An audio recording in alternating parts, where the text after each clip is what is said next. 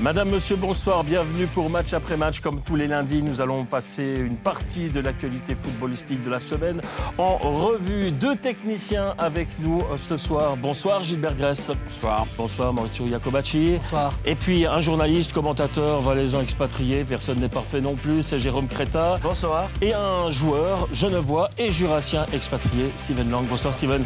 Vous aimez le jaune ? J'aime bien, oui. Eh bien, si je vous parle du jaune, c'est parce qu'on en a vu partout ce week-end pour fêter le 13e titre de champion de Suisse des Young Boys. Regardez, ça s'est fêté un tout petit peu samedi sans jouer, un peu plus dimanche après le match, à part bravo IB, évidemment, de circonstances. Maurizio Iacobacci, que peut-on encore penser de cette saison 2018-19 ? Un petit peu trop facile sans doute pour les Bernois. Effectivement, c'était très facile, mais il faut tirer vraiment un grand chapeau à cette équipe, à tout le monde qui a participé pour ce champion en titre les 13 fois gagné. Donc c'est un grand mérite à IB qui a tué le championnat, c'est clair. Mais il y a encore certains exploits à pouvoir faire, des records à faire encore. Donc je pense que ça, c'est la motivation qu'ils ont. Qu'avait cette équipe de plus que ses principaux ou que son principal adversaire, parce qu'il n'y en avait pas beaucoup finalement? Le talent, tout simplement. Je pense que la meilleure équipe de Suisse l'a emporté sur la durée. Ils ont été meilleurs que tout le monde. Ils ont une ossature de joueurs d'expérience, en plus de jeunes talents, et c'est un mixte parfait. Et, ça fait un très beau champion, une deuxième année consécutive. Ouais. En tout cas, Young Boys qui bat des records en devenant champion de Suisse au terme de la 29e journée déjà. Il faut dire qu'on n'avait pas trop aimé quand même la domination bâloise pendant près de 10 ans à l'époque. On a encore moins bien vécu sans doute cette domination bernoise cette année. Regardez d'ailleurs ce tableau avec les 3 derniers champions. Il avait été au moins à 4 journées de la fin et là il en reste 6 à jouer. Et puis au passage, c'est Bâle qui détient les 2 plus gros écarts en fin de championnat avec 20 et 17 points. Young Boys en a déjà 25 d'avance, mais ça va s'arrêter où, Gilbert? Vous m'avez pas demandé si j'aimais le jaune, moi. Hein. Ouais. Moi, j'aime pas le jaune. Hein. Et vous savez pourquoi? Allez-y. L'avant-dernier titre de Young Boys, il y a 30 et quelques années, c'était contre qui? Contre Xamax. Ah. On jouait le titre tous les deux. Young Boys s'est rendu visite à Xamax. Vous y étiez, Mauricio, non? On a gagné 1-0 et puis on a perdu 4-1. On a perdu 4-1 et Young Boys étaient champions et nous, on était... Bon, je suis content. Second, quoi. Je vous rappelle quand même que Xamax joue régulièrement en jaune actuellement. Ah ouais, actuellement. Jérôme, c'est 25 points d'écart, c'est quelque chose d'hallucinant, quoi. Ouais, moi je pensais surtout que Gilbert allait nous parler des gilets. Hein, en parlant du jaune, mais non, c'est pas le cas. Ouais, non, c'est clair que c'est absolument fou. Il y a le record évidemment de cette 29e journée qui est le titre le plus précoce. Il y a le nombre de points qui devrait normalement être battu. Il en reste 9 à faire en cette journée. Il y a le nombre de buts marqués. Il en reste 14 à mettre au fond. Là aussi, en cette journée, il carbure à 3 buts quasiment par match. Donc, je pense que ça devrait être possible. Et puis, il y a le plus grand écart, le plus grand goal average. Ce qui est intéressant, c'est que c'est que des records bâlois actuellement, mais qui n'ont pas été battus la même année par Bâle. Alors que là, IB pourrait mettre tout le monde d'accord en une seule année. Et c'est ça qui est assez fou, qui est encore plus fou que lors des succès bâlois. Donc équipe impossible à stopper, quoi. Oui, parce que je pense qu'ils ne vont pas cesser, donc ils vont essayer de faire ces records-là. Et puis Awaro, qui veut absolument devenir meilleur buteur du championnat, il le mérite vraiment parce que c'est un sacré joueur. Il a démontré que dès son apparition, après la blessure, il a tout de suite marqué 3 buts. Donc lui, cette année, il veut absolument gagner ce titre de buteur.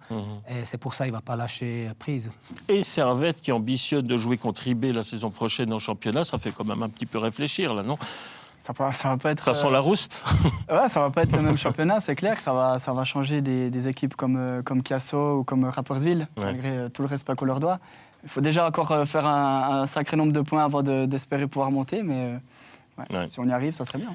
En fait, aujourd'hui, toute la question est de savoir si une telle avance au classement peut avoir des répercussions positives ou pas pour le championnat de Suisse, car ce championnat, finalement, est-il intéressant? Est-ce qu'on y joue un bon football? Eh bien, c'est peut-être une question qu'on peut se poser. Je vais ouvrir maintenant la discussion.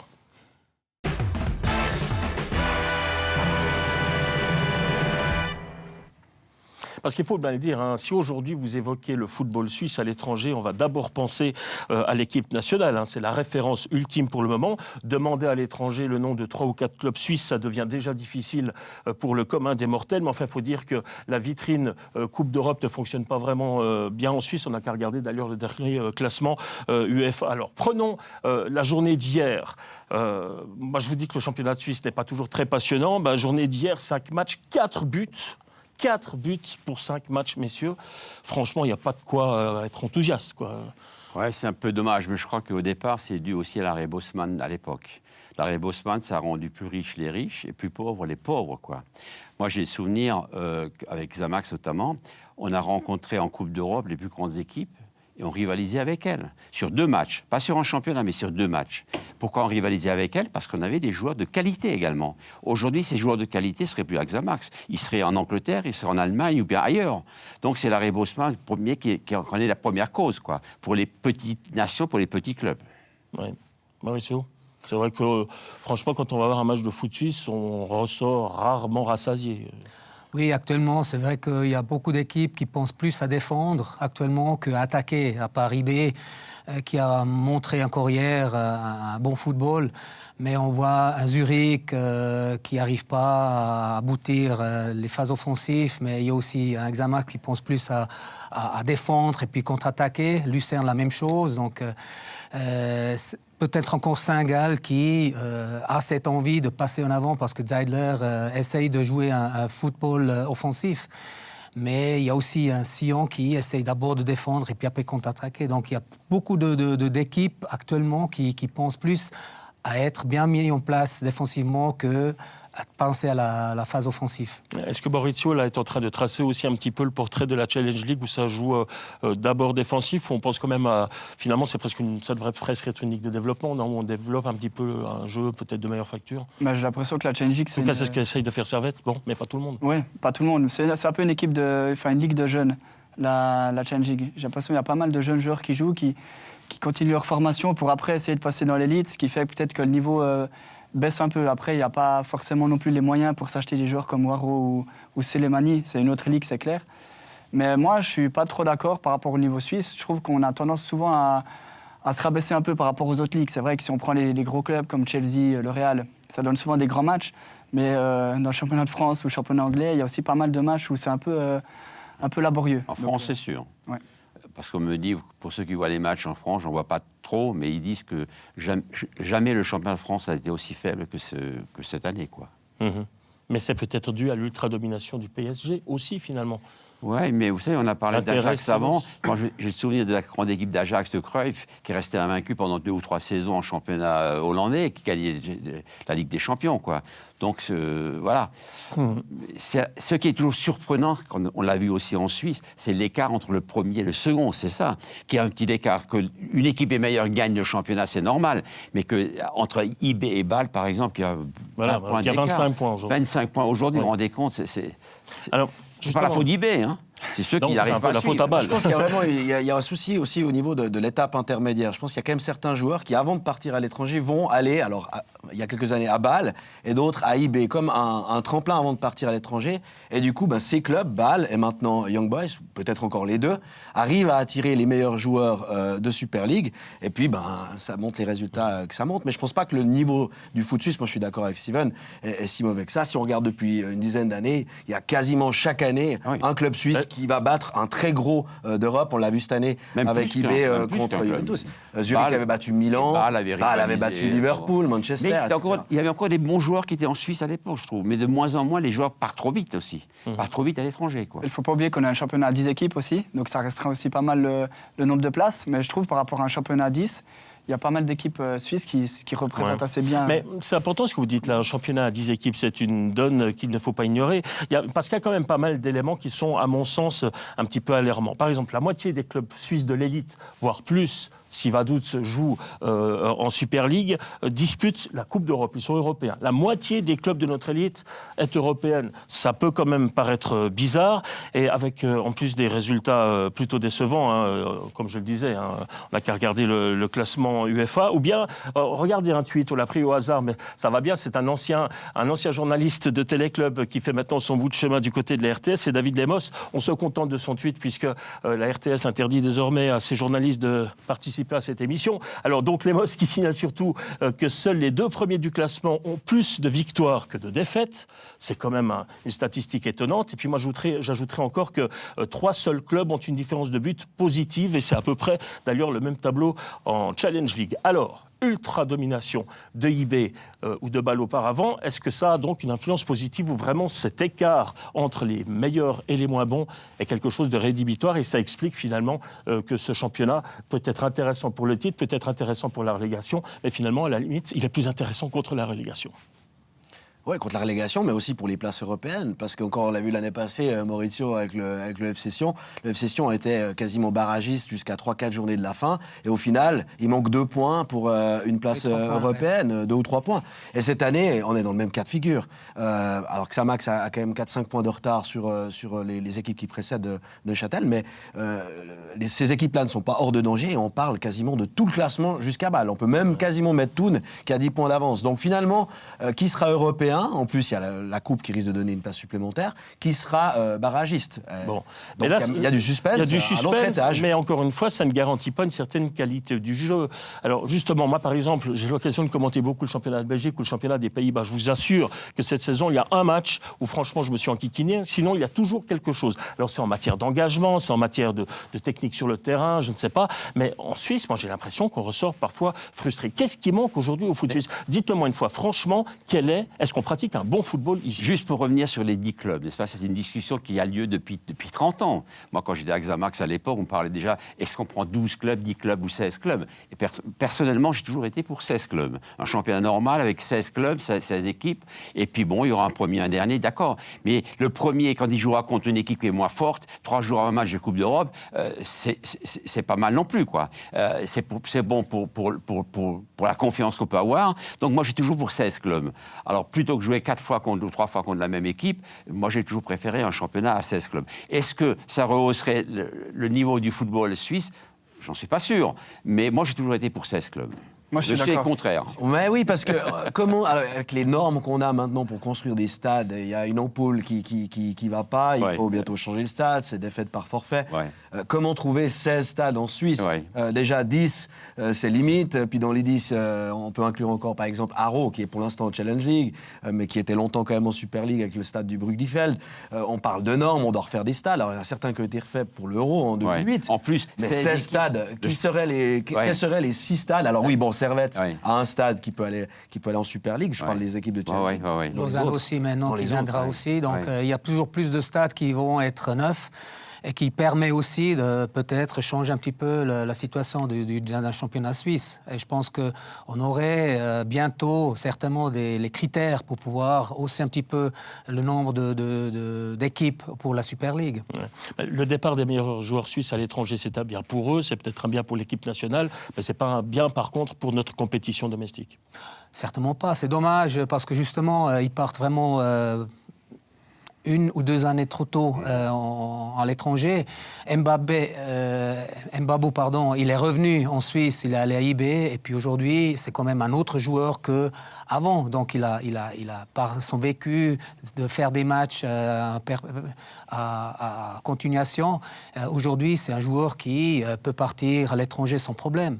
Donc c'est ça qu'il faut se rendre compte aujourd'hui, parce qu'on a vraiment quand même pas mal de qualité ici en Suisse de footballeurs. Ouais, mais alors à ce moment-là, finalement, une question de moyens, de budget, finalement, pour que les clubs réussissent de bonnes performances, soient alléchants sur le terrain, il faut une certaine stabilité. Aujourd'hui, la stabilité, c'est un luxe pour les clubs suisses. Je pense, mis à part Young Boys et Bâle, et encore. On a perdu les meilleurs joueurs tous les ans. Ouais. C'est vrai que là, on verra bien avec IB ce qui va se passer. C'est vrai que je prends un joueur comme Mbabou, 2 fois il gagne le titre, qu'est-ce qu'il peut faire de plus? La prochaine étape pour lui, c'est de partir à l'étranger. Ça, c'est la même chose. Hein. Ouais. Mais à Bâle, on avait quand même du renouvellement chaque année. Oui. On se disait, Oui. bon, lui part.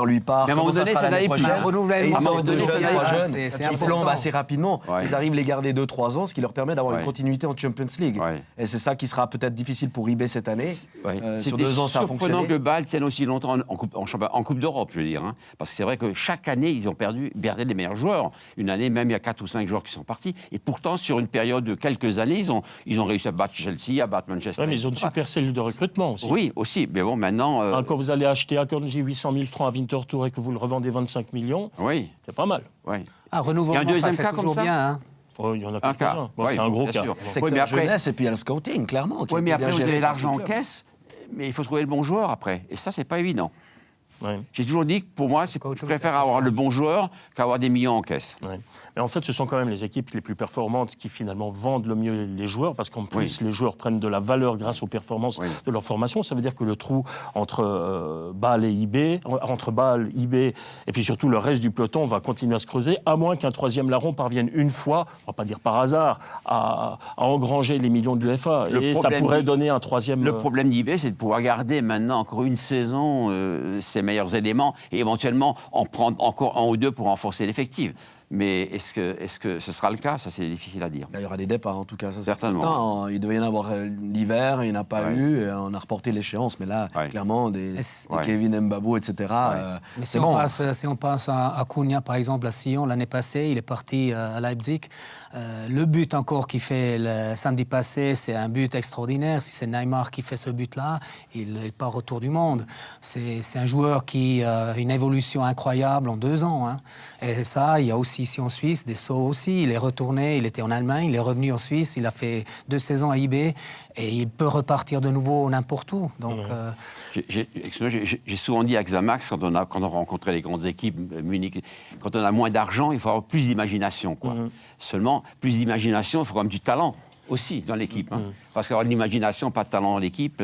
Mais clairement, il y a un déséquilibre financier. Est-ce que vous verriez, par exemple, en Suisse, appliquer le même plan qui se fait aux Pays-Bas, justement, je vous en parlais tout à l'heure, où l'Ajax, le PSV et le Feyenoord redistribuent leurs primes européennes aux autres clubs pour les aider à recoller aux 3 meilleurs? C'est quand même fou, ça. Est-ce que vous imaginez Bâle et IB redistribuer leur manne européenne pour aider Zurich, Lucerne, Xamax et compagnie Ça se fait éliminer au premier tour, ça va pas non plus pour les Après, il ne primes. faut pas oublier que Bâle et IB, c'est des gros budgets en Suisse. Mais par rapport au football européen, ce sont des petits poissons. Donc, ils ne peuvent pas redistribuer l'argent qu'ils ont gagné grâce aux compétitions européennes aux plus petits clubs en Suisse. C'est pas possible. Par contre, ce qu'ils peuvent faire, c'est faire un bon parcours en Coupe d'Europe pour prendre des points pour la Suisse et libérer des places européennes, chose qui cette année a moins bien été faite. Je ne parle pas d'IB, je parle évidemment de l'ensemble des clubs suisses, parce qu'évidemment, depuis la saison d'après, ça sera compliqué. Ça n'a pas toujours été seulement une question de budget, quoi. Il faut le dire quand même, parce que je dis toujours, sur 2 matchs de Coupe d'Europe, si au départ l'écart est comme ça, pour un championnat, il y a 10 points, 15 points d'écart, mais sur 2 matchs, il y a peut-être 3-4 points d'écart seulement. Donc, ce que j'ai dit avant, si on a de l'imagination sur 2 matchs, on peut s'en sortir, même si on a moins de moyens que l'adversaire. Ouais. Bon, il y a le déséquilibre financier, puis effectivement, il y a aussi, pour avoir un championnat un petit peu intéressant, cette obligation d'avoir des clubs qui sont finalement assez proches l'un de l'autre. Est-ce que, nous avons 10 clubs, est-ce qu'il faudrait revenir à une formule différente, couper les points en 2? Là, je sais que les techniciens n'aiment pas ça, mais c'est ce qui se fait, par exemple, là en Belgique, par exemple, où Genk, qui devrait être champion, se retrouve sous la menace aujourd'hui encore du Standard ou de Bruges. Moi, je pense que oui. Soit vous accepteriez, vous, en tant que Servetien, qu'on vous coupe votre avance en 2 et ça ferait plus que 6 points d'avance sur Servette? L'entraîneur ne sera pas d'accord. Ouais. C'est vrai que si on est premier, c'est compliqué. Si on est deuxième, on serait d'accord.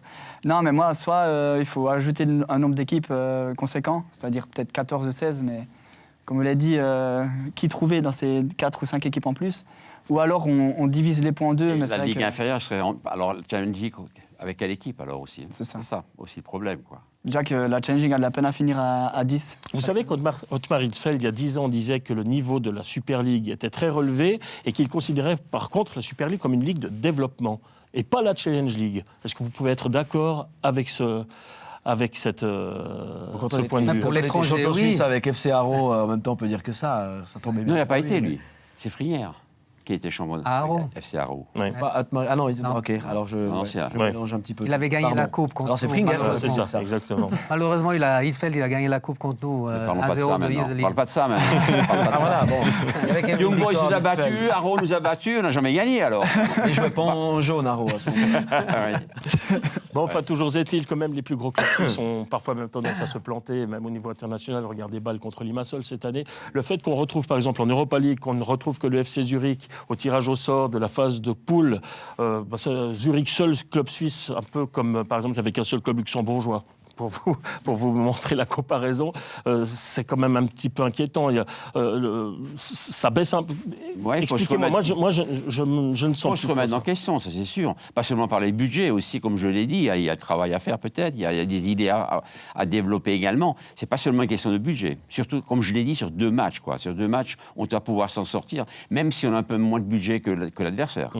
Donc, si je vous comprends bien, passer de 10 à 12 équipes, voire même à 16, ce serait quelque chose qui pourrait être Moi, intéressant. j'ai toujours été pour, donc bon, je suis plus concerné aujourd'hui. Pour moi, en tant que joueur, oui, parce que c'est vrai que de jouer 4 fois contre la même équipe, les mêmes joueurs, même pour les spectateurs, ils savent que l'équipe va se déplacer de toute façon 2 fois, donc ils n'ont pas forcément le besoin d'être là le jour J. Moi, je pense que ça serait une bonne chose de passer à 14 de ces équipes. Là, on pourrait ajouter l'année prochaine, par exemple, Lausanne, Servette, déjà au... Et après, on ferme la Ligue et puis vous faites comme au hockey sur glace, pratiquement. Non, il ne faut pas fermer la Ligue.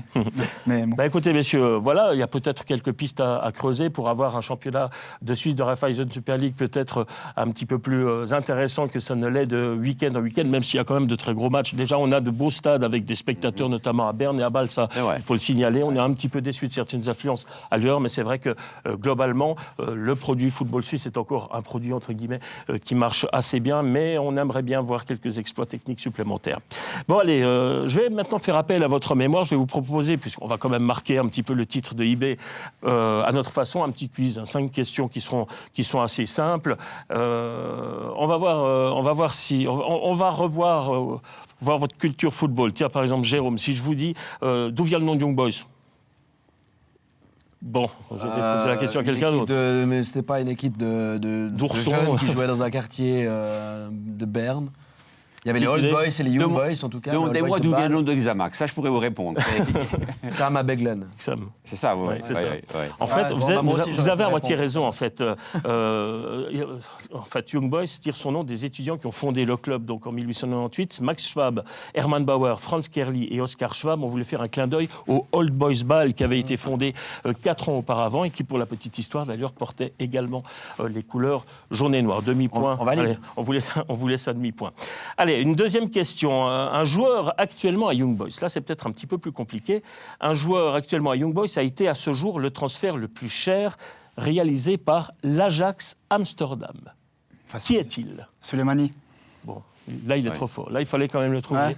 Effectivement. J'arrive à lire sur vos fils. Ouais, bah alors arrêtez de regarder. plaisante. Vous êtes un tricheur à l'école. vous. De l'Ajax. Oui, le plus cher de l'Ajax, Vous avez acheté- 16,2 millions d'euros.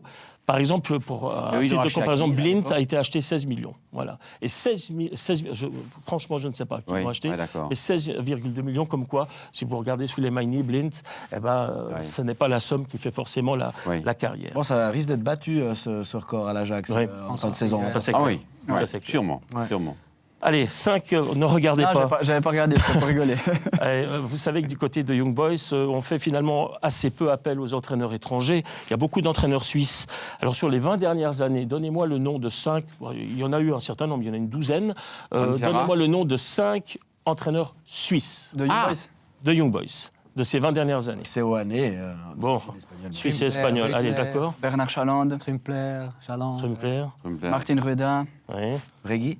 non. Non, il n'a pas.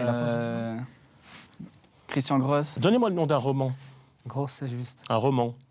Un roman qui a entraîné. Il y a juste 20 ans. Je n'étais pas né. Un roman ben, ça va être une surprise. Il est même consultant sur Téléclub, dites donc. Gérard Castella. Allez, regardez, voici sa photo. Chaland. Il est un petit peu plus jeune. Alors, il y a eu Chaland. Ben non, c'est Henri, Claude Riff. ouais. Oh, bon Claude sang. Riff. Et ça, on avait oublié cette partie de carrière de Claude Riff. Il a effectivement Ah oui, bien sûr. été entraîneur Eh oui. de Young Boys. C'était en 1999. Bravo, Ouais. messieurs. Rapidement, des entraîneurs étrangers, là, on en connaît 2 ou 3. Manzera dans les qui a Suisses, il y avait gagné, Petkovic. Voilà. Oui.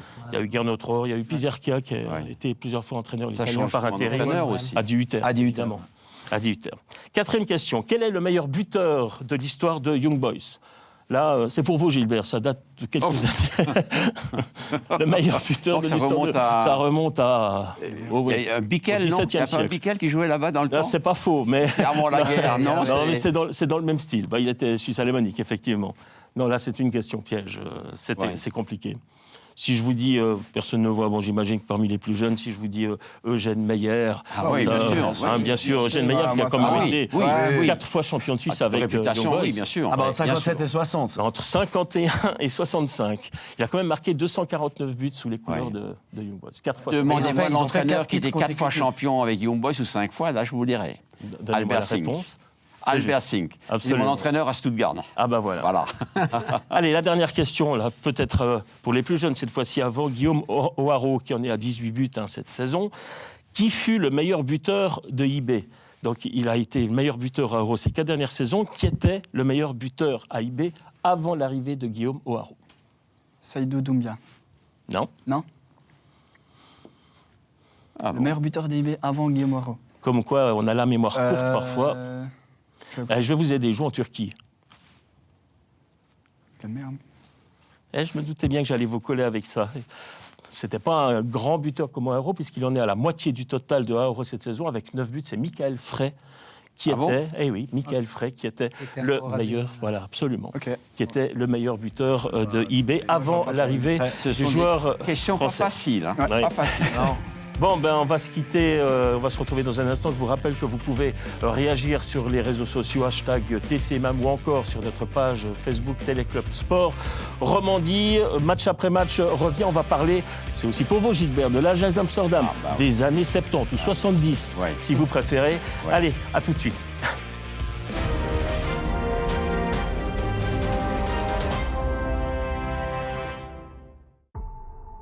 Qui sera dans le dernier carré de la Ligue des Champions? Tout se décide cette semaine avec les quarts de finale retour sur Téléclub Sport.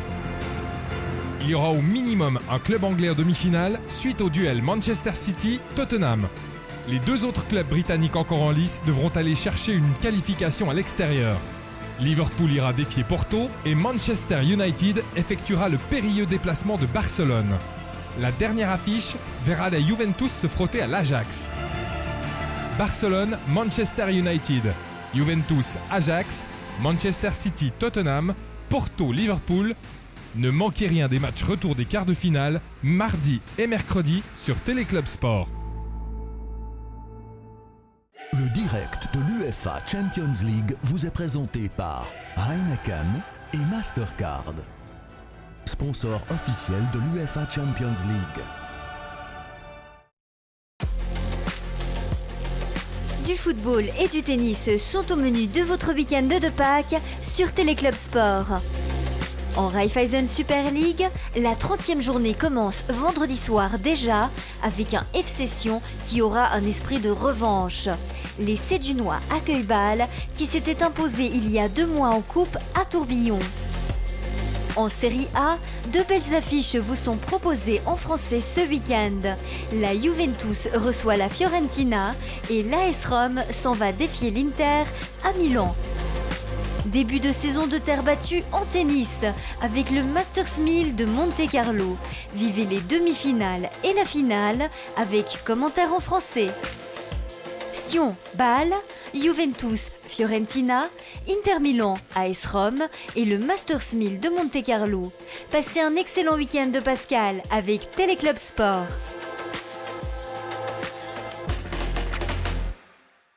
La meilleure ligue du monde débarque à Lausanne. 2019 NHL Global Series Challenge.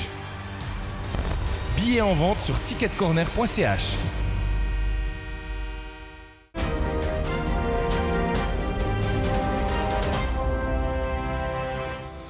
Retour sur notre plateau de match après match. Sur ma droite, Gilbert Gress, Maurizio Iacobacci. Sur ma gauche, Jérôme Créta, Steven Lang. Et cette semaine, il y a eu pas mal de petites nouvelles anecdotiques, notamment sur les réseaux sociaux ou dans la presse.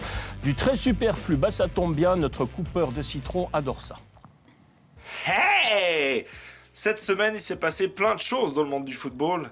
Mais pas que des belles choses. Kylian Mbappé, l'actuel meilleur buteur de Ligue 1, il s'est offert une Ferrari à 486 000 €, alors qu'il a même pas le permis.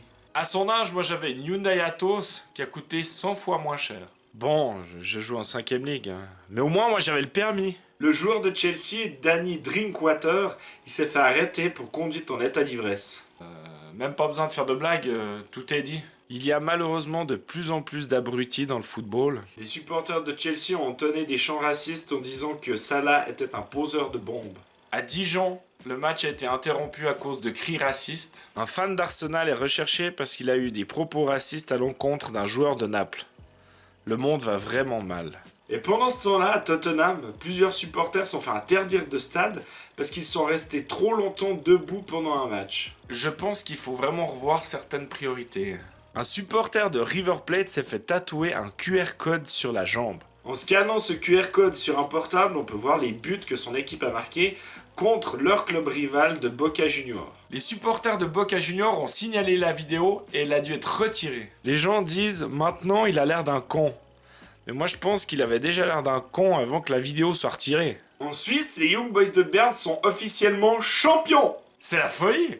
Ils sont champions avant le PSG. Et pourtant, la différence de budget entre ces deux clubs, c'est la même qu'entre ma Hyundai Atos et la Ferrari de Kylian Mbappé. Pour vous, est-ce que Young Boys peut régner sur le championnat suisse aussi longtemps que le FC Bâle?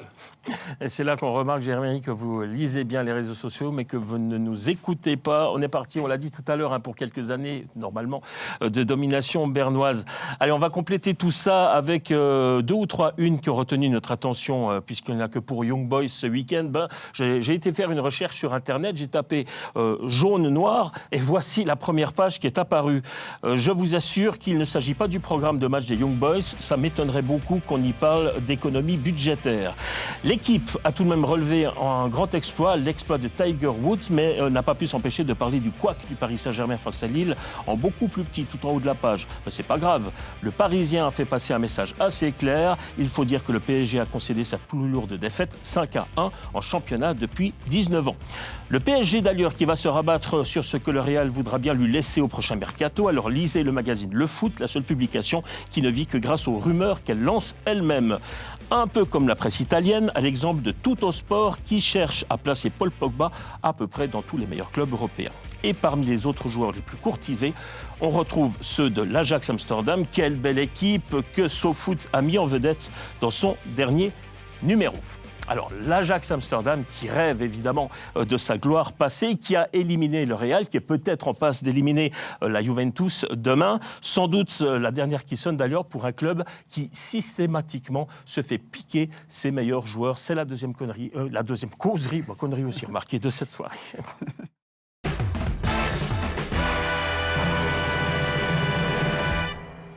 Oui, parce qu'il faut quand même se rappeler que l'Ajax Amsterdam, c'est 4 Ligues des Champions, c'est 6 finales, c'est une Coupe des vainqueurs de Coupe, c'est une Coupe UEFA, 3 Supercoupes, 33 titres de champion des Pays-Bas, entre autres, j'en passe, et des meilleurs encore. L'Ajax, c'est ce qu'on a appelé le football total dans les années 70. En résumé, tout le monde attaque, tout le monde défend, notamment à l'époque autour de Johan Cruyff. Un exemple pourtant, Gilbert Grèce, ça fait bientôt 25 ans que l'Ajax n'a plus gagné la Coupe aux Grandes Oreilles. Ouais. Pourquoi ? Quand j'ai vu cette jeune équipe d'Ajax, ça m'a rappelé un petit peu l'équipe d'Ajax contre laquelle j'ai joué à l'époque, avec Johan Cruyff, Neskens, Keizer et les autres, quoi. D'abord, c'était une équipe qui avait un culot monstre. Ils étaient très doués, mais un culot monstre. On a joué en Champions League contre eux avec Marseille. Chez nous, on a perdu 2-1 contre le cours du jeu. On va là-bas, au stade olympique, et avant d'entrer sur le terrain, on était là, on attendait. L'arbitre a sifflé 2-3 fois, il venait pas, on attendait. À un moment donné, ils arrivent, ils passent à côté de nous sans nous regarder. Ils vont tout droit au milieu de terrain, ils saluent tout le monde, et puis c'était joué. On a perdu, on était éliminés. Ils ont gagné la Ligue des Champions à l'époque. C'est une équipe qui était vraiment remarquable. Alors, devant, pressing, et tout à coup, derrière, ils partaient à 200 à l'heure, et comme attaquant adverse, vous avez intérêt à revenir tout de suite, parce que le hors-jeu passif n'existait pas à l'époque. Donc si jamais vous receviez le ballon, vous étiez hors-jeu de 20 mètres. Vous avez l'air un peu bête, quoi. Donc c'était un football total, comme vous l'avez dit. Oui. L'Ajax qui applique le même principe depuis des décennies, mais qui ne remporte pas de trophée majeur depuis 25 ans. Eux aussi victimes de l'arrêt Bosman ? Je pense que c'est possible, ça. Mais encore une fois, c'est vrai que Beaucoup de jeunes joueurs, ils sont partis à l'étranger aussi. Il y avait l'époque qu'en Hollande, on savait qu'il y avait des super joueurs, des jeunes, et on les prenait assez tôt. C'est la même chose comme au Danemark à un moment donné, où ils ont gagné le championnat d'Europe, et puis on a pris de Danemark, comme en Suisse maintenant par la suite. Mais je pense qu'Ajax, il a vraiment fait un très grand truc les dernières années avec les jeunes. Ils ont remoué un petit peu toute la chose pour justement faire comprendre qu'il fallait travailler dans une autre façon. Justement, l'Ajax Amsterdam, c'est un peu une équipe de cycle, finalement. Des cycles de presque 20 ans. On va quand même rappeler que la dernière victoire en Ligue des Champions, ça ne s'appelait pas encore la Ligue des Champions, je crois, à l'époque. C'était encore la Coupe des clubs champions. C'était en 1995. C'était Louis van Gaal qui était sur le banc. Et 25 ans. Et puis l'année suivante, ils sont encore en finale. L'année d'après, ils sont en demi-finale et après, ils disparaissent. Donc c'est vraiment un cycle.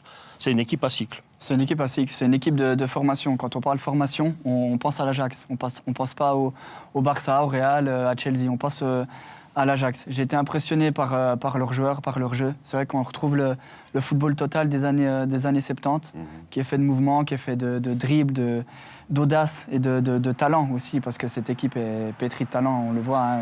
J'ai été impressionné de leurs 2 matchs contre le Real et contre la Juve aussi. Je ne pensais pas que contre une équipe italienne, ils allaient faire le match qu'ils ont fait. Je pense que sur les 2 matchs, ça va être compliqué. Mais en tout cas, quelle belle équipe. Moi, je pense que ça sera aussi plus compliqué pour eux dans les années à venir, parce qu'on parle de cycle. Alors, il y a eu l'épopée Cruyff dans les années 70, on a eu l'épopée, on pourrait l'appeler Davids ou Seedorf ou Van Gaal dans les années 90. Malheureusement, je ne pense pas que ce nouveau cycle, aussi flamboyant soit-il, cette année, on est bien d'accord, ça c'est clair. Tous les avis convergent vers le beau jeu qu'on peut voir de l'Ajax, même si je pense aussi que ça sera compliqué contre la Juve. Mais ça sera surtout très compliqué la saison prochaine, parce que tout va très vite. Et puis, on imagine qu'il y aura quand même 3, 4, 5 gros joueurs d'Ajax qui ne seront plus à l'Ajax l'année prochaine, qu'on ne va pas pouvoir remplacer. Alors que dans les années 70, et puis aussi dans les années début 90. Les joueurs restaient plus longtemps, bien sûr. Voilà. Et donc là, on parlait de cycle. Mais c'était limité à 2 ou 3 étrangers, les clubs aussi, n'est-ce pas? On revient à l'arrêt Bosman, finalement. Ouais. Et là, je crois que la Juve, sur les 11 ou 12 derniers matchs, ils sont invaincus contre l'Ajax. Ce que je veux juste dire, l'épopée de Johan Cruyff, c'est des bons vivants, les garçons. Hein. Je veux dire que ça y allait. Hein. Mais ils s'entraînaient comme des dingues. Ils arrivaient à s'entraîner sur 3 fois par jour avec Rinus Michels. Et après ça, après les matchs, c'était... Allez, vous m'avez raconté tout à l'heure une anecdote avec Neskens qui se retrouve dans votre salon. Ouais. On avait contacté Neskens à l'époque, Johan, parce qu'il jouait à Barcelone, il était champion de France avec Strasbourg. On l'a contacté, puis on a mangé, et puis on est venu chez nous à la maison avec le président et son manager et tout. Et puis, qu'est-ce que vous buvez? Gin tonic, un gin. Ma femme a sorti une bouteille de gin, et quand ils sont partis vers 3h du matin, il n'y avait plus de gin dans la bouteille, quoi. Mais après, je pense que Michel les attendait au retour, et puis ils s'entraînaient 3 fois par jour, quoi.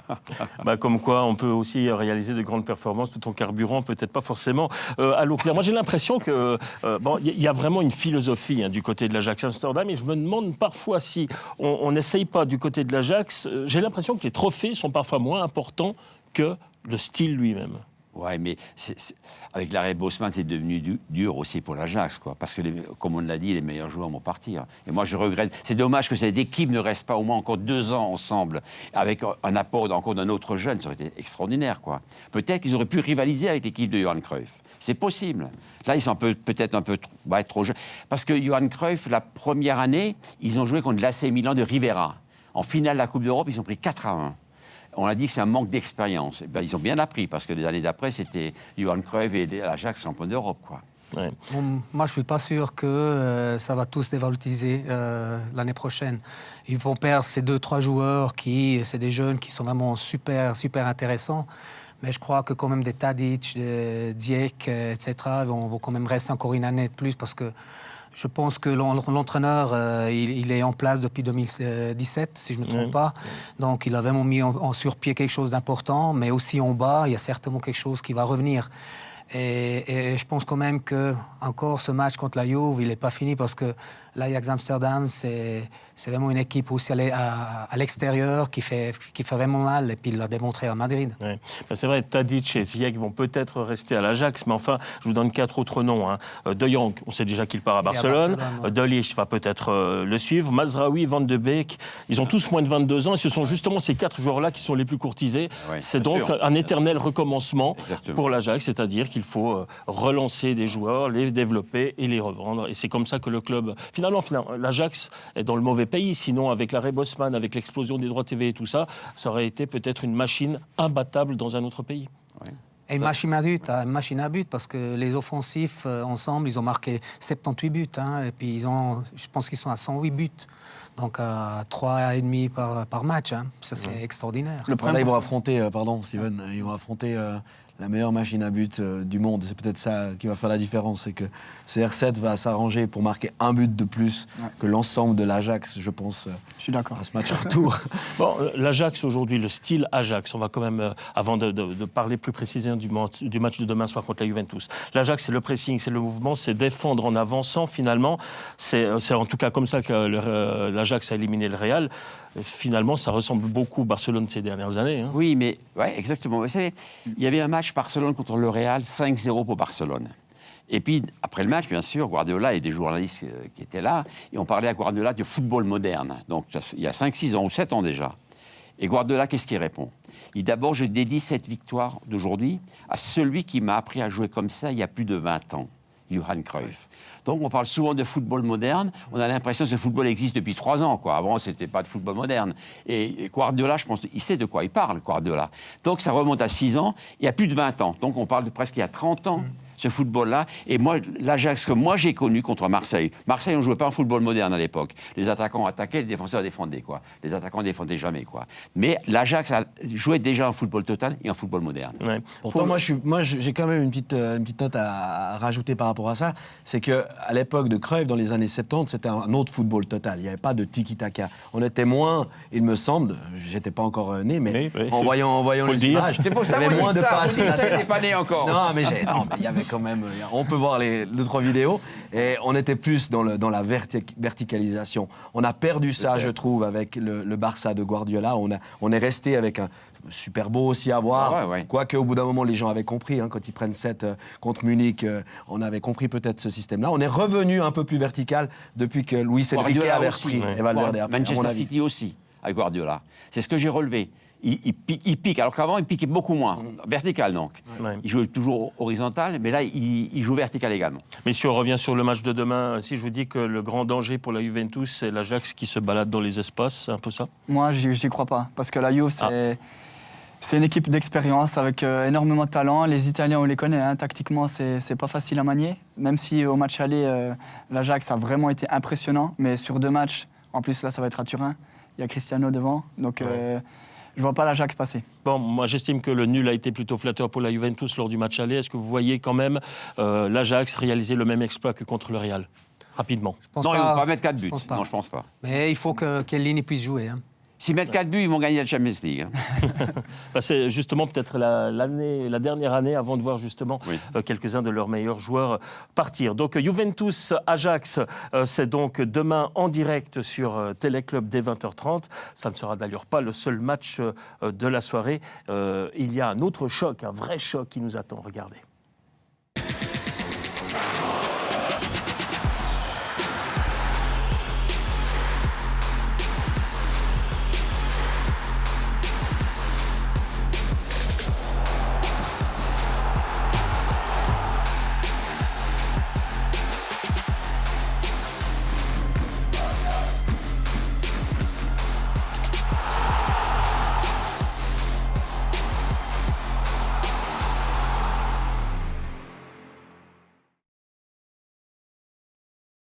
Le direct de l'UEFA Champions League vous est présenté par Heineken et Mastercard.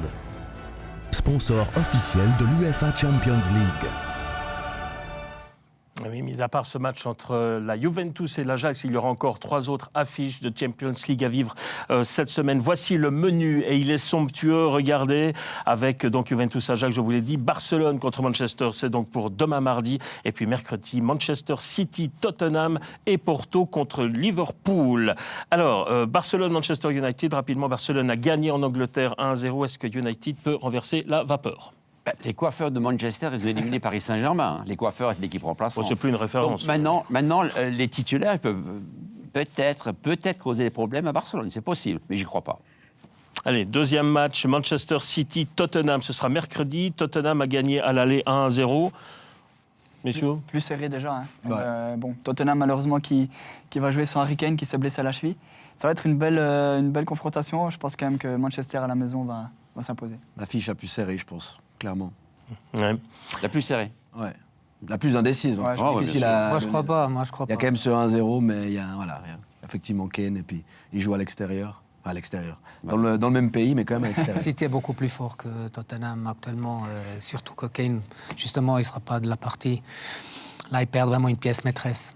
Vous pensez que l'opposition de deux clubs de Premier League, ça va apporter encore un petit quelque chose en plus? Alors, s'il y a deux clubs qui se connaissent bien, ce sont bien ces deux-là. Hein. Ouais.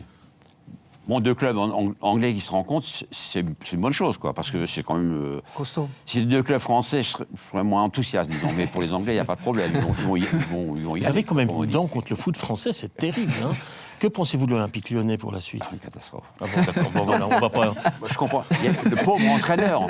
Quand Lyon joue bien, gagne, c'est les joueurs qui sont bons. Quand Lyon joue mal et perd, c'est l'entraîneur qui est mauvais, quoi. Est-ce que Le Genesio pauvre doit Genesio, rester ce en qu'il a poste? pris, hein. Est-ce que Genesio doit rester en poste? Non, il reste pas. Ouais. Non, il Il a est déclaré qu'il partait. Ouais, ouais. Ouais, bon. Peut-être qu'il reste au Il aurait club, pu. peut-être, mais il arrête d'entraîner l'Olympique. Ouais, finalement, tenir le contrat d'un entraîneur par rapport à un résultat, une qualification pour une finale de coupe, c'est quand même...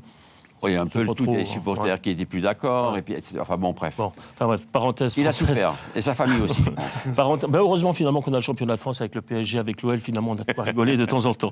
Voilà, donc Manchester City, Tottenham, ce sera mercredi également studio à partir de 20h30. Et puis le 4e match de la semaine, ce sera Porto-Liverpool. Ça serait quand même une sacrée surprise que Porto puisse inverser les choses. Hein. Il y a eu 2-0 pour les Reds au match aller. Ouais, je pense que Liverpool va se qualifier. Moi, je vois pas comment Porto puisse tourner la situation. Oui. L'ancien joueur de Bâle à Liverpool, qui est très très bon, c'est qui? Est-ce que vous voulez qu'on vous le cache ce nom? Non. Je pense que Liverpool va même gagner là-bas. Ouais. Ouais, je pense. Ah oui. Ouais, 2-0 donc au match aller Liverpool qui a de l'ambition. Regardez les clubs britanniques. Finalement, ils ont un peu pris la place des clubs espagnols. C'est une évolution qui vous a paru. Vous dites que c'est surprenant. C'est pas très logique alors. Il faut confirmer. L'année prochaine, on verra. Ce qui est bien en Angleterre, c'est qu'ils sont 5-6 équipes à se battre. Bon, pas cette année, mais normalement, ils sont 5-6 équipes à se battre pour le titre. Donc ça fait que... Pas l'année dernière non plus, hein, parce que Ouais. là aussi, il y avait l'écart de nouveau, C'est vrai. comme à Paris, comme en France et comme en Allemagne aussi. Comme en Suisse, le premier, 20 points d'avance partout Ouais. maintenant. Mais C'est la vrai que mode. Mais pas encore champion. Pas encore champion, Paris, oui. Ouais, je vous rappellerai quand même que si l'on regarde les clubs, bon là c'est toute proportion gardée, mais enfin les clubs qui sont encore en compétition à ce stade de la compétition justement, les championnats ils sont justement beaucoup plus serrés que chez nous. Finalement, le fait d'avoir ces championnats serrés, ça maintient les clubs sous pression. Et pour finir, ça peut représenter un avantage lorsque vous êtes en compétition continentale. On le verra cette semaine parce que typiquement Barcelone et la Juve, pour qui le championnat est quasiment réglé, a clairement fait tourner son effectif ce week-end. Ah ouais. Alors est-ce que ça va apporter ses fruits ou pas, de reposer quand même ses joueurs, d'éviter les blessures? Je pense quand même que c'est un luxe que ces clubs-là peuvent se permettre parce qu'ils ont de la marge. Barcelone joue avec l'équipe réserve. Hein. Ouais. Barcelone, dernier match, 0-0. Ouais. Messieurs, je vois que l'heure avance et d'ailleurs je pense qu'on va très bientôt rentrer dans le temps additionnel, c'est-à-dire dans les dernières minutes de prolongation accordées par l'arbitre pour cette émission. Je vous rappelle donc que cette Ligue des Champions, c'est ce soir. Voilà, temps additionnel, c'est parti. C'est donc cette semaine, mardi et mercredi, studio à 20h30 avec l'UEFA Champions League et puis jeudi il y aura aussi l'Europa League, toujours avec nos studios et nos invités et nos consultants. Vous l'avez entendu. Donc on approche de la fin des débats. J'ai encore 2 ou 3 petites choses que j'ai repérées là, cette semaine.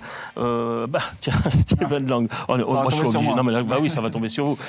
Vous avez maintenant vos 11 points d'avance. Vous avez maintenu vos 11 points d'avance sur Lausanne en battant Chiasso 3-2 ce week-end. Pardon ? Justesse. De justesse. Mais je vais quand même être, je vais être un peu vachard. D'après vous, quel est le but que j'ai retenu de votre victoire contre Chiasso ? Allez, vous me connaissez. Le premier, je pense. Ouais, le premier but, c'est exactement ça. C'est le but marqué par Chiasso à la 5e minute, juste pour le fun, hein, Steven. Il se dit quoi dans le vestiaire quand on commet ce genre de cacophonie ? Je pense qu'après une victoire, il n'y a pas grand-chose à dire. C'est vrai que c'est un peu un but gag. Malheureusement, le défenseur et le gardien qui se rentrent dedans. Voilà. Heureusement, ça n'a pas porté préjudice parce qu'on réussit quand même à renverser la vapeur. Heureusement pour nous. j'ai envie de dire. Mais c'est vrai que ce but est un peu... Mais quand on voit des choses comme ça, bon, ça peut arriver évidemment, mais vous vous en sortez.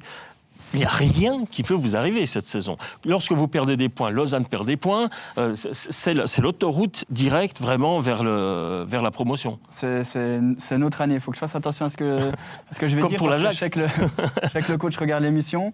Il reste quand même quelques points à prendre encore. On ne va pas faire la langue de bois, ça sent bon. Mais c'est vrai que cette année, pas mal de choses nous restent. Comme tirer le chapeau aussi à Servette, parce qu'ils ont essayé de gagner le championnat en attaquant.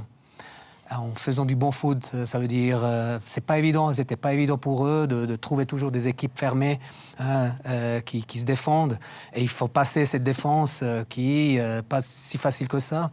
Et ils ont toujours eu des occasions de but manquées, mais ils ont marqué énormément de buts et c'est la meilleure défense. On m'a dit que c'est le plus gros budget de Challenge League aussi. Après C'est Lausanne. le Manchester Après City. Après Lausanne, C'est le peut-être. Manchester Après City. Lausanne. Après Lausanne. Ah bon Après Lausanne. Ah bon, Non, mais c'est vrai que si on prend l'année en compte, je vais essayer de rester objectif, mais c'est pas facile. Servette, pour moi, est la meilleure équipe. Parce qu'il y a le meilleur gardien, il y a la meilleure défense, il y a la meilleure attaque. Il y a 11 points d'avance à 7 journées de la fin. Voilà. Moi, je trouve qu'il y a des similitudes avec IB, toute proportion Absolument. gardée. Il y a de l'avance au classement, il y a surfer sur la vague, il y a renverser une situation où on est malmené contre le dernier, mais au final, on gagne. On a vu IB quand même marquer le 1-0 dans les arrêts de jeu lors de 3-4 matchs consécutifs. Absolument. Donc, il y a quand même les 3 points au bout et c'est la dynamique du leader. C'est une force mentale aussi. Hein. Et puis il n'y a que les bonnes équipes qui ont de la chance, quoi. Les mauvaises. Mais on la provoque, chance, comme quoi. d'habitude, c'est comme ça. Alors, c'est une autre histoire quand on est en Super League, lorsqu'il faut sauver sa place, quand on est justement une équipe un peu limitée, on n'a pas forcément l'occasion de jouer très offensif, mais justement la Challenge League, est-ce qu'elle permet justement de pas mettre le bus en défense et puis uniquement de jouer en contre-attaque? Est-ce que la Challenge League, c'est vraiment la ligue qui permet justement de développer un meilleur football, quitte après à être un peu frustré la saison suivante, comme c'est le cas avec Xamax cette année dans l'élite? Ayant eu la chance de jouer dans les deux ligues, je trouve la Justement. Challenge League vraiment très compliquée. Les déplacements sont périlleux. Quand vous allez à Chiasso et vous avez 11 joueurs dans leur propre 16, c'est pas facile. Honnêtement, c'est pas facile. Les terrains sont plus compliqués à jouer aussi. Super League, c'est plus organisé. Vous Il y a allez peut-être, regretter Chiasso, vous. Hein. Non, je vais pas regretter Chiasso, mais c'est vrai que cette Challenge League, des fois, on la sous-estime un peu. Servette, comme Lausanne, est attendue sur chaque terrain, à chaque déplacement. C'est le match de l'année. Les joueurs courent 2 fois plus, se battent 2 fois plus. D'aller gagner à Rapperswil, Chiasso, c'est vraiment... Consolez-vous, Barcelone, c'est dans la même situation que vous. Hein. Ouais, c'est attendu Barcelone, partout aussi. C'est pareil. Bon. Ah non, mais bon, on se C'est réjouit. beau de gagner en plus. Si on a attendu comme ça qu'on gagne, c'est beau, quoi. C'est beau, ouais, mais c'est pas simple. Allez, il nous reste 3 minutes. J'ai trouvé une information concernant l'obsession. Enfin, tout le monde l'a vu, hein, j'ai pas fait de grande recherche. Prolongation du contrat de Kevin Fiketcher, le gardien, pour 2 ans. Fiketcher qui était devenu titulaire suite à la blessure de Mitrioshkin. Seulement voilà, le Russe, il a repris l'entraînement. Ça fait donc 2 numéros 2 devant les filets sédunois pour la saison prochaine. Est-ce qu'on peut considérer que cette signature de Fiketcher, si on part du principe que Mitrioshkin va retrouver la totalité de ses moyens, est-ce que c'est finalement jouer la sécurité, quoi, finalement? Est-ce que vous l'auriez fait? Moi, je suis très content pour lui parce que vraiment, il a montré encore les derniers matchs qu'il était très important pour le groupe. Et surtout, il a fait des arrêts incroyables. Hein. Ça fait depuis 3 semaines qu'on voit quand même Fiketcher faire des arrêts incroyables. Encore contre Lugano, il sauve à la fin, même si à la fin, à la 90e minute, il y a Maceras qui sauve sur la ligne. Mais il a fait un super arrêt contre Gerntz. Qui est extraordinaire. Ouais. Jérôme, vous imaginez 2 numéros 1 devant les filets, la cohabitation, elle peut se passer comment entre Fiketcher et Mitrioshkin? Maintenant que Fiketcher, il est alléché par son statut. On n'a pas encore de nouvelles concernant Mitrioshkin. Il a repris l'entraînement. Oui, mais par rapport à la saison prochaine, Fiketcher, pour moi, c'est pas seulement jouer la sécurité. C'est qu'il a prouvé que c'était un gardien numéro 1. Il a fait des points. L'état d'esprit est super positif. C'est même un des capitaines. C'est pas le numéro 1, mais c'est le 2 ou 3e après Kouassi maintenant. Donc c'est tout à fait normal qu'il ait cette prolongation. C'est un joueur exemplaire. Même la saison qui a passée, pris au il était flambeau très l'erreur de important, Maisonial, parce qu'on se rappelle qu'à la base c'était plutôt Maisonial qui aurait pu être le numéro 2. Ça n'a pas été le cas dès la première journée. On va pas. Il n'y a pas de bol Maisonial quand même non plus, parce qu'il aurait peut-être pu aussi un s'imposer. rebond un petit finalement. peu particulier, on est d'accord, mais en l'occurrence pas de bol pour lui. Pourquoi? Parce que Fiketcher a fait le travail derrière. Et on voit quand même c'est normal. Comme c'est important qu'un gardien puisse justement jouer régulièrement. Parce qu'il faut qu'il joue pour pouvoir afficher des qualités comme maintenant Fiketcher le prouve. Ouais. Globalement, 5e match sans défaite pour Sion. Sion qui vise l'Europe, c'est faisable ça ? Ça sera ma dernière question, sans doute. Non, c'est faisable, ça doit être faisable parce que l'équipe qui est en place, elle a quand même des qualités importantes. Hein. Vous rigolez, vous ? Non, je leur souhaite, aux joueurs et à l'entraîneur, je souhaite... Mais pas au président. Non, c'est pas Vous n'avez pas dit. J'ai dit aux joueurs et à l'entraîneur. Et aux spectateurs aussi. Ouais. Vendredi, match à Bâle, contre Bâle. Contre Bâle, 3 défaites. Il jouer la coupe par la suite. Absolument. Donc, 3 défaites contre Bâle cette année. Le Sion actuel est capable d'enquiquiner le FC Bâle ? Moi, je pense que oui. Ils ont vraiment une belle équipe. En plus, je pense que Murat Yakin a enfin trouvé son équipe type. Il la change plus trop. Après 20 journées. Ouais, mais vaut mieux tard que jamais, des fois. C'est vrai que Sion, ils sont sur une bonne phase et je les vois bien inquiéter le FC Bâle. Ouais. Ça s'est pas joué de beaucoup lors des premières confrontations contre Bâle. Il y a eu un 1-0 sauf erreur à Bâle. Il y a eu ce fameux match de coupe où il y a 2-0 à 20 minutes ou 15 minutes de la fin pour Sion et Bâle qui revient, etc. Donc non, il y a la possibilité pour Sion d'aligner un 6e match sans défaite. Ben voilà, messieurs, vous l'avez entendu, ce Une match. heure déjà ? Ah oui, déjà 1h. 55 minutes et 24 secondes pour être précis. Vous avez entendu le coup de sifflet, cette émission est terminée. Merci pour votre participation. Bon retour chez vous, bonne fin de saison. Même si vous ne jouez pas, ça va le genou ? Oui, ça va bien. Oui. Ça va Oui. Donc on vous retrouve sur le terrain dès le début de la saison prochaine. Je vous rappelle qu'à 20h20, toujours sur Téléclub Zoom, donc notre canal gratuit, match de Serie A entre Atalanta et Empoli, 32e journée donc de Serie A. C'était Philippe Macherel et Andy Raff qui était encore une fois aux commandes de cette émission. Il n'y aura pas de match après match lundi prochain. Je vous retrouve donc le lundi 29 avril, même endroit, même heure. Excellente fin de soirée à toutes et à tous et à très bientôt. Bye bye.